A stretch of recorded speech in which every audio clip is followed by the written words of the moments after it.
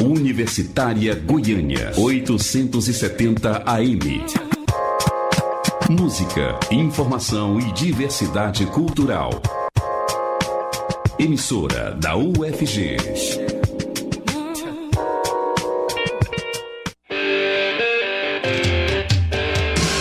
Começa agora o Estação Esportiva. As notícias do mundo do esporte de um jeito que você nunca ouviu.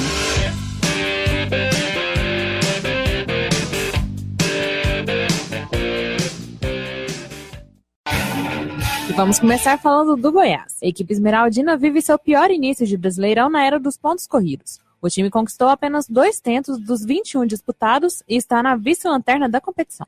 Pois é, após a última derrota contra o Boa Esporte, a segunda sob o comando do técnico Ney Franco, o treinador negou que existia uma falta de união no elenco esmeraldino. O comandante do Verdão afirmou que não há problema interno no clube e admitiu que o Goiás foi mal no primeiro tempo da última partida, sobretudo pela falta de um homem de referência no esquema tático implantado por ele desde o jogo contra o Guarani. Para superar o momento difícil pelo qual o time tem passado, o clube contratou um novo consultor esportivo. José Carlo Brunoro foi oficialmente apresentado hoje. Sua missão vai ser auxiliar a diretoria na condução do elenco esmeraldino e detectar o que pode ser melhorado para o futuro da equipe em 2018. Brunoro tem 67 anos e tem larga experiência não só no futebol, mas também no vôlei, basquete e Fórmula 1, onde foi dirigente. O novo consultor afirmou que a falta de resultados mexe com a cabeça dos jogadores e, por isso, a qualidade técnica e o trabalho de campo não são os únicos problemas. José Carlos disse que já conseguiu notar ansiedade e nervosismo no elenco e salientou também que espera recuperar a confiança dos jogadores. O próximo desafio do Goiás é o clássico com o Atlético no sábado, às 4h30 da tarde. Ney Franco vê a partida como oportunidade para mudar o rumo do time na Série B. E por falar em Atlético, apesar do empate com gosto de derrota da última rodada, a equipe vive uma situação bem diferente do rival. O rubro-negro é o 8º colocado no Brasileirão com 11 tentos, ou seja, 3 pontos do G4. Mas os números na tabela não deslumbram o atacante Renato Kaiser. O jogador reconheceu as falhas do time no empate diante do Oeste, por 2-2 na última sexta-feira. Primeiro de tudo, a gente fez um grande jogo, taticamente e tecnicamente. Faltou alguns detalhes, confesso, mas acho que o time se portou de uma forma muito boa. Conseguimos sair na frente com uma folga de 2-0, mas Série B não pode dar mole e acabamos pecando nesse quesito aí de um pouquinho da marcação e acabou saindo 2 chutes de fora da área que ocasionou o gol deles aí que conseguiram empate. Para o próximo embate, o volante Fernandes retorna de suspensão. Entretanto, o jogador não tem presença garantida no time titular. O esquema formado por Bileu, Rômulo e João Paulo tem agradado o treinador Tencati. Sendo assim, a disputa por uma vaga no meio-campo rubro-negro está acirrada. Se quiser jogar o clássico diante do Goiás, Fernandes vai ter que lutar por espaço ao longo dessa semana. O rival está mergulhado em uma crise, mas apesar disso, o atacante Kaiser afasta qualquer favoritismo que o Dragão possa ter diante do time esmeraldino. Clássico não existe favorito, né? A gente vê vários times que são abaixo e são do mesmo estado, às vezes acaba complicando o adversário que tem a melhor campanha, mas clássico é clássico, não tem favorito e... Aí, claro que a gente sempre vai entrar para ganhar, mas clássico não pode dar mole, tem que ir para cima. Para essa partida, o clube espera contar com o apoio do torcedor atleticano. O mando de campo é do Dragão e o jogo vai acontecer no Estádio Olímpico com torcida única. Por conta da segurança, o Atlético fez um acordo com o Goiás. Nessa Série B, os jogos entre as duas equipes vão acontecer somente com a torcida do mandante, no próximo sábado e no segundo turno. Essa atitude foi tomada devido aos últimos incidentes entre torcedores do Goiás. A má fase da equipe tem gerado muita insatisfação e revolta entre os esmeraldinos. E tem novidade no Vila Nova. A diretoria colorada contratou o lateral Helder e o atacante Henrique da Aparecidense. Após a eliminação do Camaleão na Série D, os jogadores rescindiram seus contratos e fecharam com o Tigre até o final da Série B. Ambos foram vice-campeões do Goianão nessa temporada. Os jogadores chamaram a atenção do Vila por suas boas atuações no Goianão. Alex, por exemplo, marcou 6 gols no campeonato e foi o terceiro principal goleador da competição. O Vila Nova está se preparando para o confronto da próxima rodada da Série B.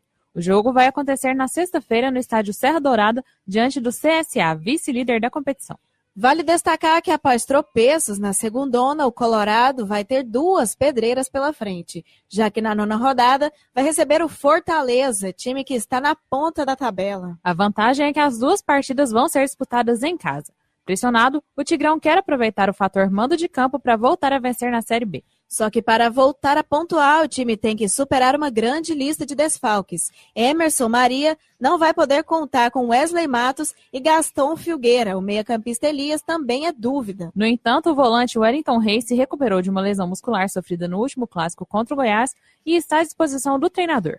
Nos 3 duelos que o jogador foi desfalque, o Vila não conseguiu vencer. O Tigre empatou com a Ponte Preta e depois perdeu para o Oeste e Curitiba. O volante retorna em um momento em que o time colorado busca a reabilitação. Já saiu do G4 na última rodada.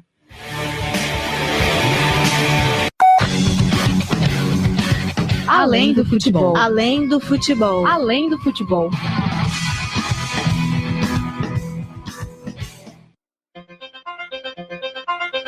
E um futebol cresce em Goiânia, e não é o que se joga com os pés, mas sim a modalidade americana. E sobre a prática do esporte, confira uma entrevista de Fabrício Vera com o jogador do Goiânia Saints, Rafael Morello. Então vamos começar aqui já. Você já pratica o esporte, tem aproximadamente 2 anos. Desde 2016. Então como é que foi essa sua entrada para a prática da modalidade? Na época eu conhecia 2 times de Goiânia, que era o Goiânia Guarás e o Goiânia Rednecks. E eu tive contato com o Goiânia Guarás, que me convidou a poder praticar o esporte. Qual time você escolheu para entrar e como foi isso? Então, eu e um amigo meu, a gente tinha interesse de começar a praticar o esporte, né? Na época foi mais pro lado de diversão, não era nada como competir, nada sério. E a gente teve o contato com o Goiânia Guarás, o Goiânia Medkin, que convidou a gente a poder fazer um treino experimental. A gente conheceu como que é dentro do time, como está a rotina de treinos, né, jogos, e também a questão do todo o aparato que é necessário para poder praticar o esporte. No final, qual foi a sua escolha do time primeiro? O primeiro time que eu joguei foi o Goiânia Guarás. Nesse time você começou jogando em que posição? Eu comecei jogando de defensive line, né, de DE. Então, nesse primeiro momento, você ficou quanto tempo no Goiânia Guarás? No Goiânia Guarás foi 1 ano e 4 meses. E dentro disso, tiveram dificuldades? Sim, bastante, né? Porque o esporte é amador no nosso país. Então, ele está crescendo bem rápido, né? Principalmente por pessoas que conhecem o esporte, que seguem ele nos Estados Unidos, como o campeonato da NFL. E a gente tem uma certa dificuldade do esporte no país para conseguir patrocínio, né? Então, os investimentos que o esporte faz é os próprios atletas que estão investindo, que investem em si mesmo. E falta atleta, além do dinheiro, esporte? Então, com certeza falta, porque não é todo mundo que conhece o esporte. Então, muita gente que a gente chama para poder jogar, ele já tem um olhar um pouco preconceituoso, como o esporte é agressivo, né? Então tem esse certo preconceito. E é um esporte que também é gerado como caro. Seria também um medo de lesões, por exemplo? Então, isso eu não tenho muito, porque todo esporte tem o seu grau de periculosidade, né? Então todo mundo pode machucar jogando futebol americano, como a gente pode machucar jogando beisebol, a gente pode machucar jogando simples futebol normal, como a gente acontece, como o Daniel Alves vai estar fora da Copa, porque machucou jogando futebol, Neymar também esse tempo atrás. Todo esporte tem seu nível, né? Então, esse ano você acabou indo para o Goiânia Saints. Quais são as suas perspectivas para esse time, para o futuro? É um time que é um projeto, né? E está crescendo bem rápido. né? Por incrível que pareça, tendo uma organização muito boa, né? Muito maior do que o outro time que eu frequentei. E a gente já está avisando aí alguns amistosos, por exemplo, tem um dia 2, mês que vem, jogaremos contra o Leões de Judá, em Brasília. E também temos em vista aí o Campeonato Brasileiro, que vai ser agora no segundo semestre, começando em julho. Agora aqui, só para encerrar, qual foi o momento mais marcante seu no futebol americano? Aquele que você mais gosta, que mais te marcou? Tem a questão da viagem que a gente faz, que o próprio time aluga o ônibus, a gente se locomove até o outro estado, né, poder jogar. É uma interação que a gente tem com os jogadores, né, que são mais que amigos, nesse momento se torna família, né, e é uma coisa bem legal, você divide um pedaço do que você vive, né? Que é dividir um pedaço da vida. E é bem interessante, você acaba tendo amigos que se tornam até irmãos, parentes.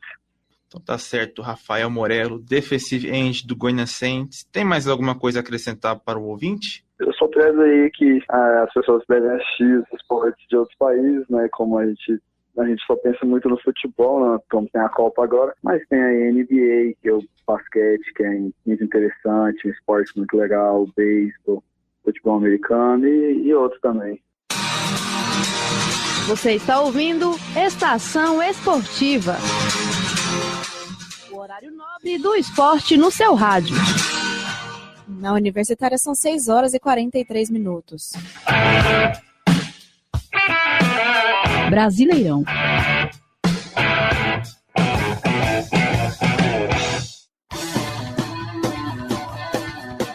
O Campeonato Brasileiro Série B teve fechamento de rodada ontem. O Sampaio Corrêa recebeu a Ponte Preta no Castelão de São Luís. E os donos da casa conseguiram a vitória pelo placar mínimo de 1-0. Quem marcou para o Tubarão foi Bruninho, ainda no primeiro tempo. O resultado ajudou o Sampaio Corrêa a subir 3 posições na tabela. E agora é o 11º colocado, somando 11 pontos. Já a Macaca perdeu a invencibilidade fora de casa. Além disso, está a 2 posições da zona de rebaixamento. O Clube Paulista soma 7 pontos, um a mais que o CRB, que é o primeiro time dentro do Z4.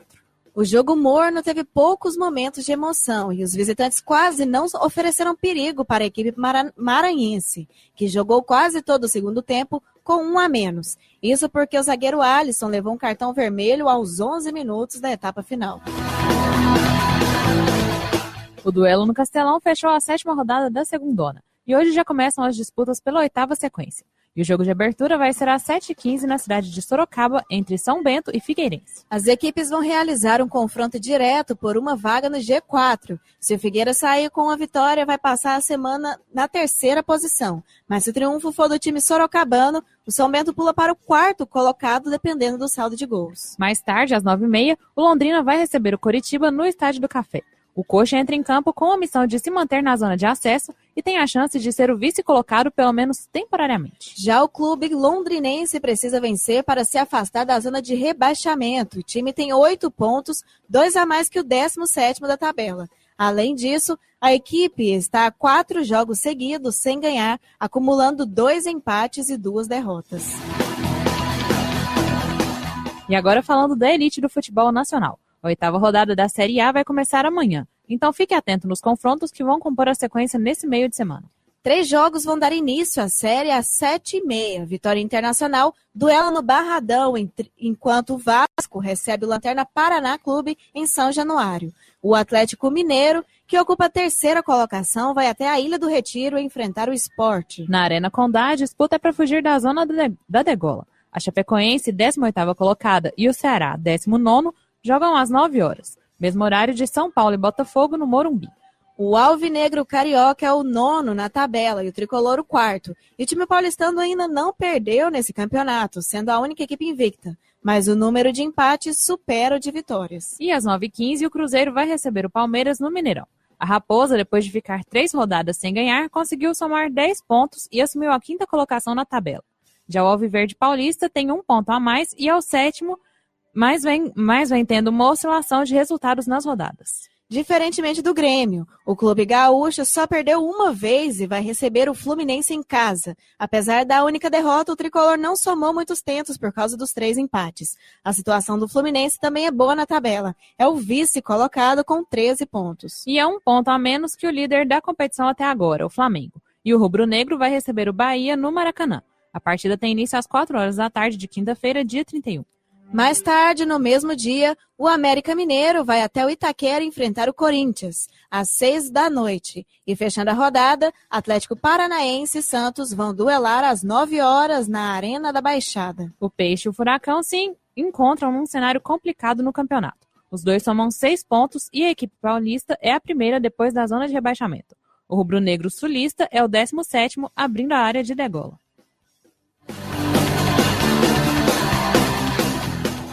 Um dos maiores narradores do Brasil está completando 57 anos. Luiz Roberto é o aniversariante e, para saber mais sobre a vida desse jornalista, confira o boletim de Daniela Versiani.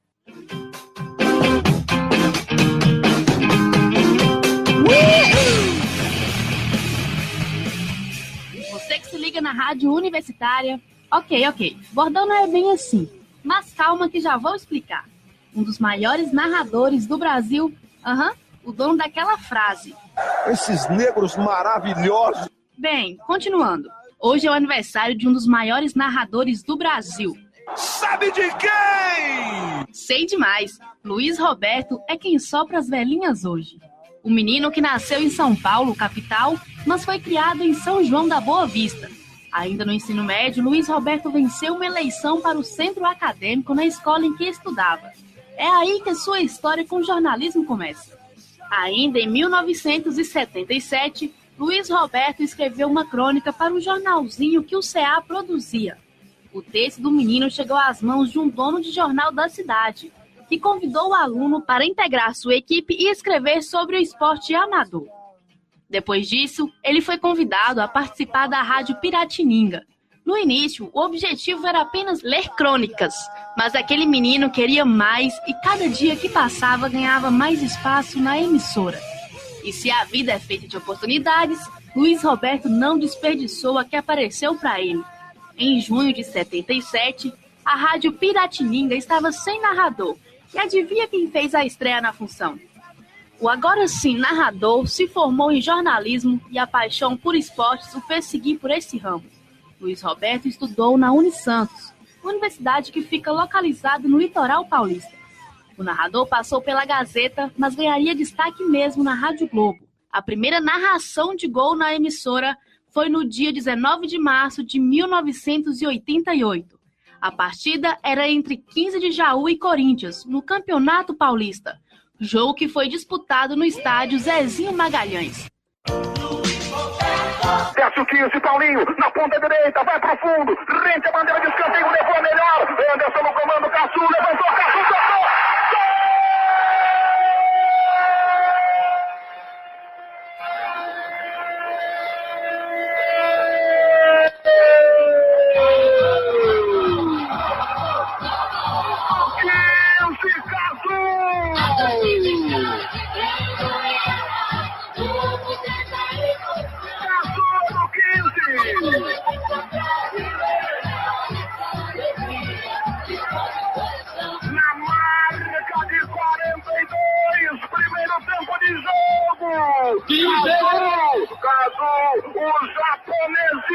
Cazu mete lá dentro, aberto o placar num toque de cabeça, baixinho, esperto, japonesinho, Cazu desceu de cabeça no lance de Paulinho pela ponta direita, sai na frente o 15, Cazu de cabeça, 15-1, Corinthians 0. Tem diversas narrações que entraram para a história do jornalista.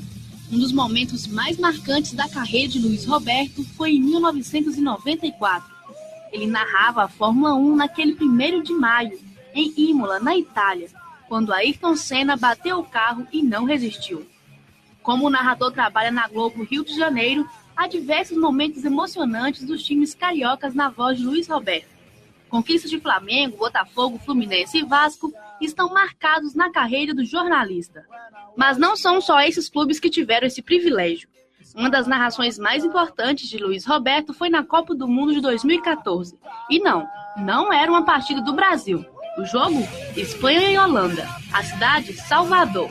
E a Holanda venceu esse confronto por 5-1. Mas nem só de narração vive o jornalista. Então volta a fita aí.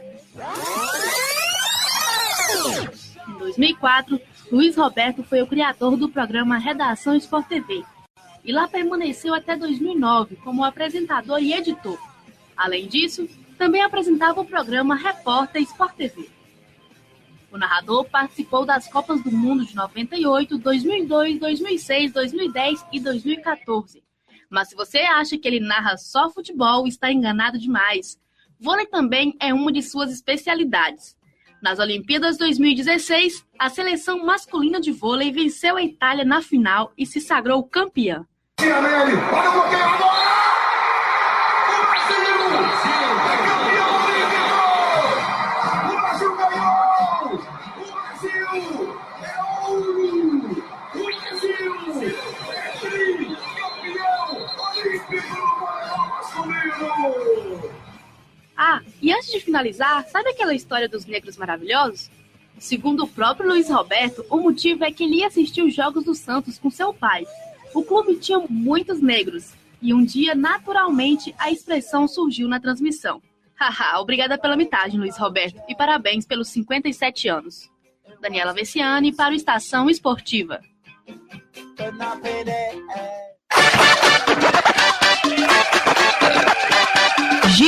Giro esportivo.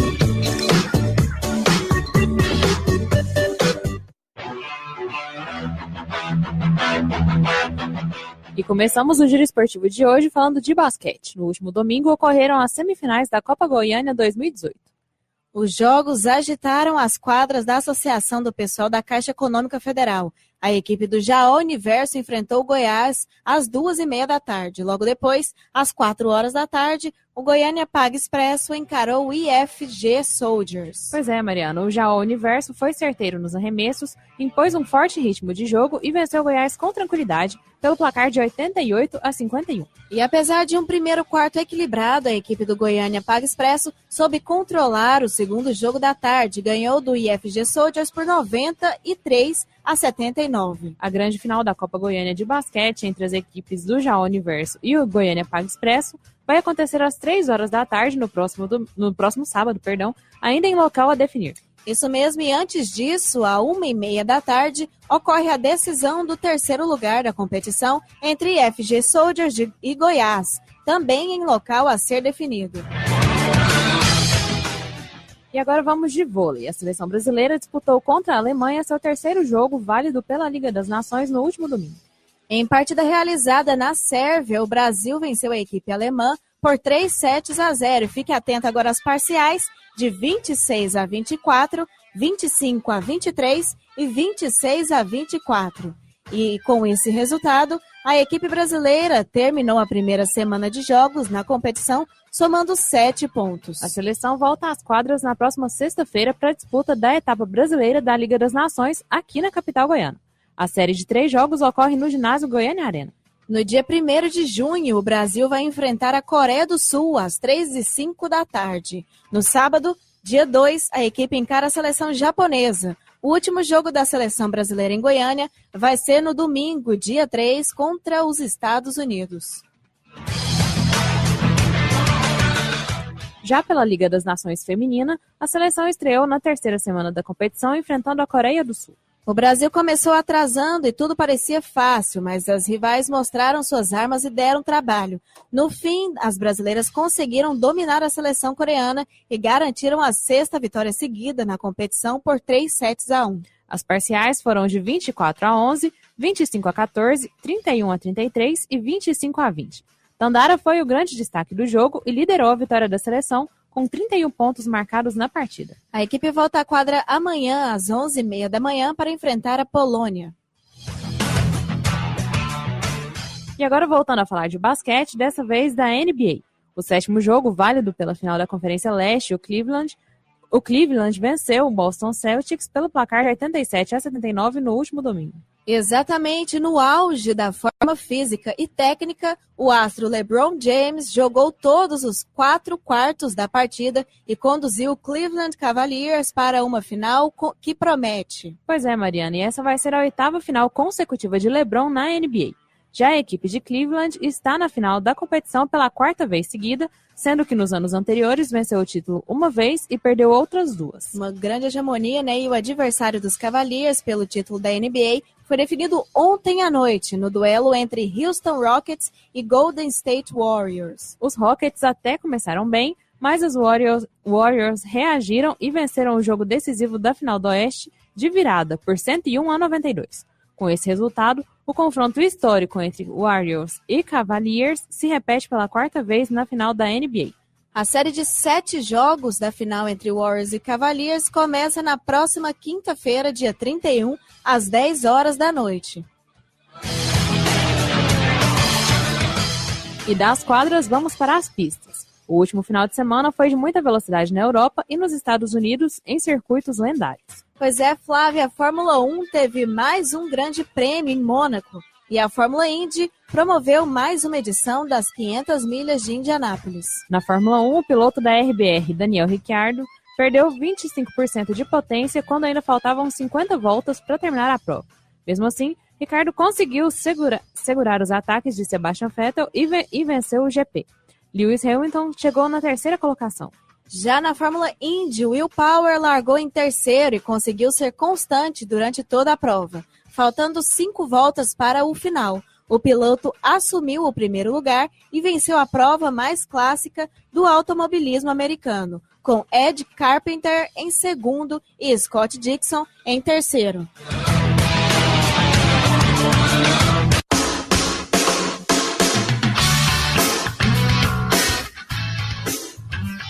E aqui na Universitária são 6h58. E chega ao fim uma estação esportiva dessa terça-feira, dia 29 de maio de 2018. A apresentação é de Flávia Silva e Mariana Siqueira. Produções e reportagens de Daniela Versiani, Fabrício Vera, Flávia Silva, Mariana Siqueira e Tandara Reis. Com edição geral e monitoria de Daniela Versiani, Mariana Siqueira e Tandara Reis. E a orientação do professor Ricardo Pavan, com direção geral de Márcia Boarati. Trabalhos técnicos de hoje foram de Murilo Cavalcante e Clóvis Henrique, com auxílio de Glenner Lobato. O Estação Esportiva é produzido por estudantes de jornalismo da UFG. E para sugestões e participações, basta mandar mensagem via direct no Instagram, @Estação Esportiva, pelo e-mail estaçãoesportiva870@gmail.com ou ligar para 3521-1936. Uma boa noite a você, ouvinte. Boa noite, Flávia. Boa noite, Mariana, e boa noite para você, ouvinte. O Estação Esportiva volta amanhã às 6h30 da noite. Na sequência, você fica com o programa A Voz do Brasil. ZYH 754, 870 kHz, AM. Rádio Universitária, Goiânia. Emissora da UFG.